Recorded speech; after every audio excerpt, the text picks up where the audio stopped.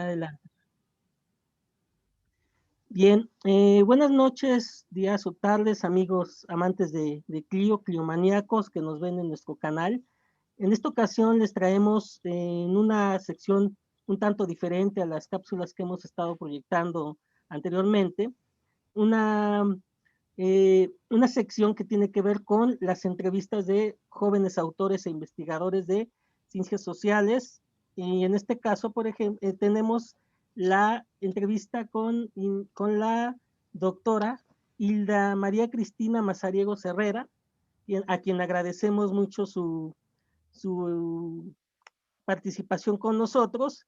Y bueno, podemos decir que el currículum de la doctora Cristina es muy amplio. La doctora Cristina Mazariegos es doctora en ciencias antropológicas por la Universidad Autónoma Metropolitana Unidad Iztapalapa, UAMI, maestra también en ciencias antropológicas por la misma institución y licenciada en antropología social por la Universidad de Guanajuato.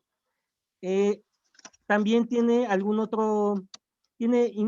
artículos que he escrito en general sobre religión, sobre género, y destacan algunas cuestiones que tienen que ver eh, con el apoyo a la no violencia de género, a los derechos humanos y al género. En este sentido, ha colaborado con la Universidad Iberoamericana, de León, Guanajuato, y el Instituto de las Mujeres Guanajuatenses, en los que ha capacitado sobre materia sobre derechos humanos, género y violencia de género. Actualmente es profesora de la licenciatura en Antropología Social de la Universidad de Guanajuato. Y en esta ocasión queremos que nos platique sobre su libro, que es este libro que tenemos en pantalla y que se titula Liderazgo y Movimiento, Ejercicio de Poder de las Mujeres Metodistas de León, Guanajuato, escrito por Hilda María Cristina Mazariegos, que dicho sea de paso, también este libro es fruto de su tesis doctoral y que también obtuvo el segundo lugar en cuanto a premios honorarios, la tesis que dio como resultado este libro en, en la tesis de los mejores en Ciencias Sociales y Humanidades en el 2020 por la Red de Investigadores del Fenómeno Religioso en México, RIFREM por sus siglas. Y bueno, te agradecemos, doctora. Gracias por estar con nosotros. No, gracias a ti, al equipo de Clio por la invitación y por el interés en mi trabajo. Aprecio mucho que me den el espacio, que me inviten a estar aquí con ustedes. Gracias, gracias. Bien, bueno, leyendo un poco el libro que tengo aquí la fortuna de tener a mi lado, me doy cuenta que, bueno, eh, las motivaciones para escribir este libro han sido muchas, la manera en cómo lo has escrito y en cómo describes que lo has escrito incluso hasta en una estación de autobús, hasta en un parque, en diferentes partes te has inspirado, es muy alentadora y muy ilustrativa del trabajo también que personas como los antropólogos tienen de explayar todo lo que tiene que ver con el trabajo antropológico. Pero hablemos un poco sobre, en concreto, ¿por qué el estudio de las mujeres metodistas y no de otro grupo? ¿Qué te motiva a estudiar al metodismo? Bueno, las mujeres metodistas, la verdad es que yo tardé un ratito en llegar con las mujeres metodistas. Creo que hace unos días platicaba contigo justo del recorrido que yo he hecho acá en Guanajuato, una para rastrear e identificar a las agrupaciones protestantes evangélicas, pues en este contexto que es primordialmente católico. Y en esa búsqueda y exploración, pues doy con la Iglesia Metodista en 2008 y a diferencia de otras iglesias, era la única iglesia que contaba con una pastora en su momento a su cargo, ¿no? Que era la pastora Garicey. Entonces esto, pues en principio a mí me causa curiosidad justamente porque yo no provengo de ese ámbito, yo no soy metodista, no pertenezco a ninguna congregación y pues porque hay la idea de que las mujeres en las iglesias pues siempre se mantienen en cargos, digamos, subordinados, ¿no? Y que son los varones los que detentan los cargos de mayor jerarquía. Y es así en la mayoría de iglesias, sin embargo, pues eso es lo que me llamó la atención, que en la iglesia metodista las mujeres pueden acceder a todos los cargos y quería ver cómo se daba este ejercicio del poder en una iglesia donde las mujeres pueden ser pastoras u obispas, ¿no? Bien, y en este sentido, con lo que comentas, eh, bueno, la función de el objetivo principal de tu libro, creo que uno de los grandes objetivos es dar voz a ese papel de la mujer que ha estado relegada en el ámbito religioso. En este sentido, por ejemplo, ¿cómo podemos ver o qué tanto se aplica esta ecuación para el metodismo? ¿Existe están relegadas o no están relegadas? Porque me acabas de decir que hay, este, que te topaste con una pastora y tengo entendido también que no sé si una de las iglesias o es la iglesia por excepción de las minorías protestantes que tiene técnicamente participación femenina importante. De hecho, creo que tiene ahorita una obispo en una de sus organizaciones. ¿Qué tanto se aplica esta ecuación en el metodismo? Pues, o sea, digamos, en teoría, y sí, las mujeres pueden ordenarse y como ya bien dices, ser pastoras u obispas. Hace poco en Inglaterra justamente se eligió a una representante mujer metodista negra y creo que es un gran paso que la iglesia metodista en este país da. Sin embargo, por supuesto, como en otros contextos sociales, hay un techo de cristal, ¿no? O sea, que las mujeres puedan acceder a los cargos más altos no significa o no en automático, digamos, van a estar respetados sus derechos en cuanto a sus derechos laborales, me refiero al pago equitativo con respecto al trabajo que desempeñan también los varones. No significa que ese camino a la ordenación no esté lleno de trabas, porque aunque las mujeres puedan ser ordenadas, es un camino bastante complicado, ¿no? Y que se les complica justamente por ser mujeres, ¿no? O sea, porque se atribuye que las mujeres deben tener un papel en lo privado, en lo doméstico y aún dentro de esta iglesia, que es una de las más liberales o flexibles, aunque también el libro muestra las tensiones que hay y las distintas posturas que hay al interior de la iglesia, pues pese a que está, digamos, permitida la ordenación, las mujeres siguen cargando con muchísimos estereotipos, con muchísimas expectativas de un deber ser, ¿no? Un deber ser pues vinculado al rol de género tradicional y que es el que se sigue produciendo, reproduciendo pues de manera generalizada, ¿no? En la sociedad mexicana y al interior de la iglesia también. Entonces, no es en automático que las mujeres por desempeñar cargos de autoridad necesariamente van a tener los mismos derechos y a ser tratadas con el mismo respeto que los varones. Sin embargo, lo que yo quise mostrar con esta investigación es un poco que las mujeres son mujeres activas, participativas, que cuestionan justamente estos marcos limitados de acción, que construyen espacios de participación y que lo hacen a través de una reinterpretación bíblica, ¿no? O sea, esta fe, esta misma fe les ayuda o ellas la instrumentalizan para decir, bueno, también es nuestro lugar y también tenemos voz y voto y también tenemos el derecho de ser escuchadas y respetadas, ¿no? Bien, gracias. Y en este sentido, entonces, pudiéramos decir que además de que el libro es muy ameno en cuanto a la escritura, rompe un poco con los esquemas tradicionales de la academia, es decir, se escribe desde una perspectiva diferente. Quisiera que nos hablaras un poco sobre eso. Se habla ¿desde qué tipo de perspectiva pudiéramos hablar? O desde qué tipo de perspectiva, mejor dicho, se habla desde los perfiles de las mujeres, y su tipo de liderazgo o desde algún otro tipo de perspectiva y por qué haces ese tipo de escrito o de esquema. La escritura de la tesis, que ahora es este libro, en realidad fue muy pensada, ¿no? Yo soy una mujer a la que le gusta muchísimo escribir, luego escribo ahí cuentitos y cosas. Y para mí siempre hubo un propósito desde que empecé a estudiar antropología y que luego también reforcé con quienes me formaron y que digamos son dos pilares para mí muy importantes, que son el doctor Felipe Vázquez Palacios del CESAS Golfo y por supuesto el doctor Carlos Garma de la UAM Iztapalapa, que es pensar para qué y para quiénes escribimos, ¿no? O sea, el propósito de la antropología en sus múltiples ramas y gamas de enfoque, ¿no? Que, bueno, tú sabes que la antropología puede ser antropología del trabajo, antropología del poder, antropología simbólica, de género, es decir, la antropología nos abre todo un abanico de posibilidades que estudiar.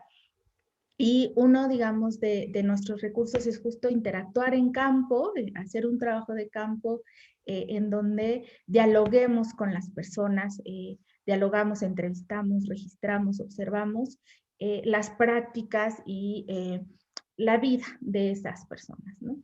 Pero muchas veces cuando regresamos de ese trabajo de campo y escribimos nuestros trabajos de investigación, el lenguaje en el que lo explicamos es solo para unos cuantos, ¿no? O sea, la mayor parte de investigaciones pues son dirigidas al mismo ámbito académico de quien nos valida o no como antropólogos o antropólogas y quien nos expide los títulos. Pero para mí el propósito es salir también de ese contexto académico y poder dialogar con las personas, en este caso con las mujeres de las que yo trabajo en el libro, ¿no? En esta investigación.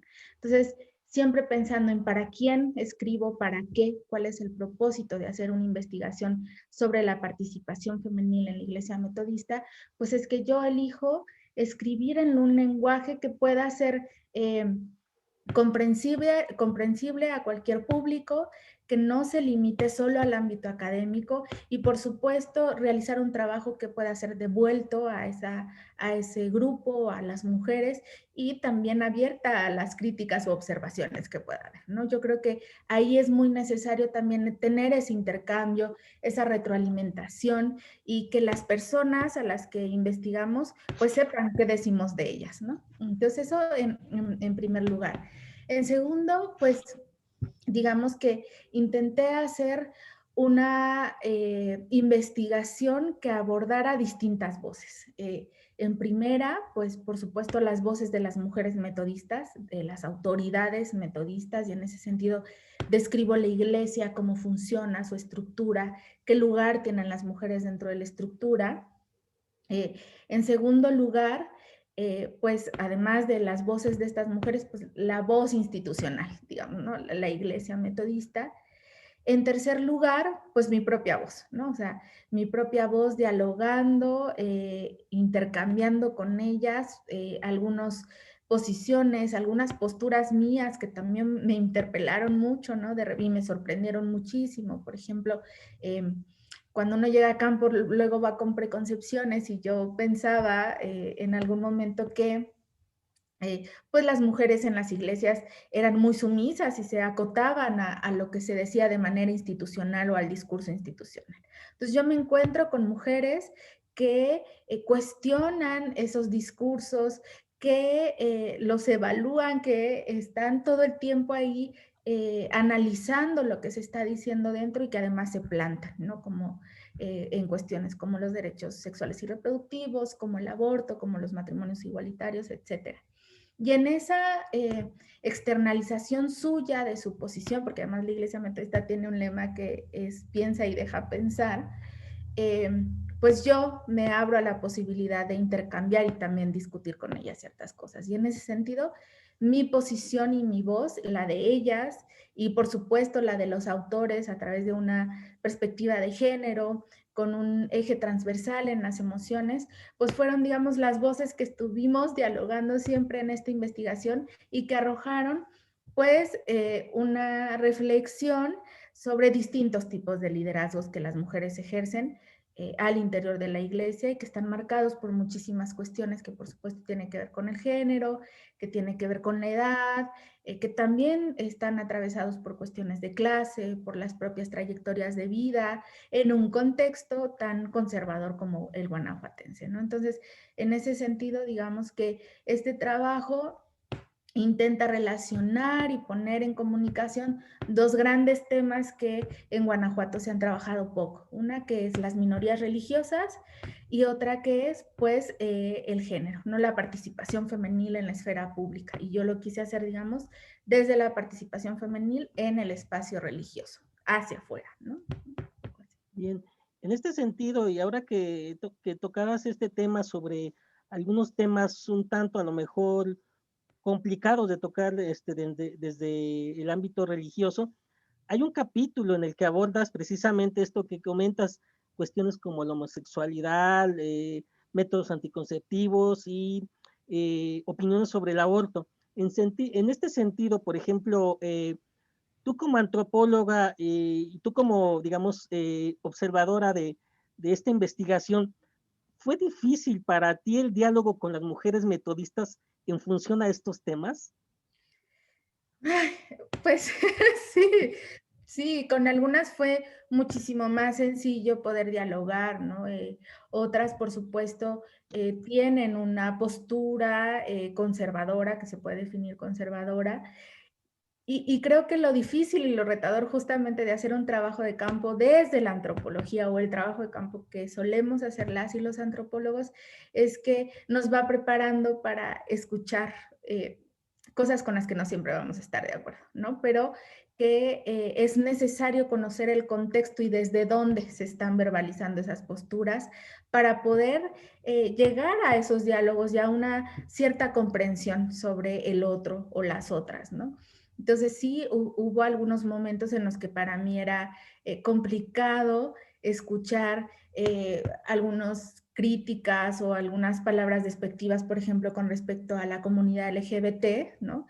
Y no saltar, pero a la vez, a mí yo creo que personalmente también me fortaleció en muchas otras cosas, como la paciencia, la tolerancia, la escucha. Creo que ese es el reto también de la antropología, ¿no? No nada más llegar como con un cuerpo teórico, metodológico, sino lo que nos interpela como personas que ya estamos formadas en un contexto, desde una ideología o desde una forma de pensar particular, pues por supuesto que también nos pone ahí a cuestionarnos nuestras propias formas de actuar y nuestras propias relaciones, ¿no? Cómo establecemos nuestras relaciones dentro y fuera del trabajo de campo. Entonces sí, sí fue un reto y por otro lado creo que también mantenerme abierta a escuchar estas otras posturas con las que quizá no coincido en muchas cosas, me permitió poder registrar y observar todo ese caleidoscopio que hay al interior de la Iglesia Metodista, ¿no? La Iglesia Metodista no es homogénea, su población no es homogénea, hay una diversidad en su interior que la conforma y que para mí era necesario retratar y mostrar en este libro, ¿no? Interesante. Y bueno, ya casi para finalizar, digo, a lo largo de, pues, son 5 capítulos, son más de 260 páginas que como lo has dicho y como lo he verificado, pues es una lectura rica, no es una lectura complicada, tiene apoyo visual, tiene apoyo de gráficas y es lo que te ayuda a entender independientemente que seas o no de León, Guanajuato, que incluso seas mexicano, ¿no? Te ayuda a entender esta problemática que tú comentas. En este sentido, por ejemplo, a mí me llama la atención un tema que tiene que ver con el estudio de las emociones y del cuerpo en el texto. Nada más digo, para no spoilear tanto tu texto, ¿cómo lo manejas y cómo, para invitar a que los que estén interesados, pues adquieran el libro, no solo por este tema que te digo, sino por todo lo que hemos venido platicando? Sí, bueno, yo este eje sobre todo, aunque yo en otras investigaciones era algo que solía describir, acá me apareció mucho más evidente, justo porque, como tú sabes, la Iglesia Metodista tiene en sus prácticas o rituales dos digamos, sobre todo una oración, que es la oración por sanación, que es medular para la vida de las y los metodistas, ¿no? Y entonces, involucrarme también y vivenciar, digamos, esos rituales, entre otro tipo de prácticas que ellas llevan a cabo para darse apoyo en problemáticas muy relacionadas a las violencias, sobre todo la violencia psicológica y emocional, que fue algo que me retumbó mucho, ¿no? Que se me hizo muy necesario describir porque era algo que yo veía en León, pero como fue una etnografía en movimiento, literal, pues también vi en Hidalgo, también vi en Guadalajara, también vi en Aguascalientes, también vi en San Luis Potosí, que este tipo de cuestiones se repetían, ¿no? Y ahí fue cuando yo, a través de una experiencia muy particular, asumo y reconozco las emociones como un eje metodológico y analítico, y las emociones desde la perspectiva antropológica que de manera general, ¿no? Nos dice que la forma en la que sentimos, en la que aprendemos a verbalizar nuestras emociones, a experimentar esas emociones, pues tiene mucho que ver con el contexto en el que crecemos, ¿no? Cómo nos han enseñado a sentir, a vivir la dimensión afectiva y, por supuesto, el contexto le da y le otorga determinado significado y sentido a la experiencia emocional, ¿no? Entonces, pero esta experiencia emocional nunca va a ser aislada, siempre va a ser en relación. Y entonces, ahí, al ser en relación y en tanto que yo como investigadora pongo mi cuerpo como parte importante del registro, pues también registro con el cuerpo esa otra dimensión sensorial, afectiva y emocional, ¿no? Y fue otra manera de conocer cómo las mujeres metodistas trabajan y cuáles son los elementos, los rituales, prácticas que son importantes, no nada más en su ejercicio eclesial, sino también en su vida diaria, ¿no? Que influyen en su quehacer en el hogar, en su ámbito laboral. Es decir, es una práctica que se extiende más allá de los muros de la iglesia, ¿no? Pero que tiene un peso fuerte justamente en lo emotivo y en lo experiencial. Interesante. Y bueno, finalmente, digo, pasando un poco al marketing del libro, el libro ha sido editado por la Universidad de Guanajuato en colaboración por RUA, es del año pasado, como comentamos, esta es la portada.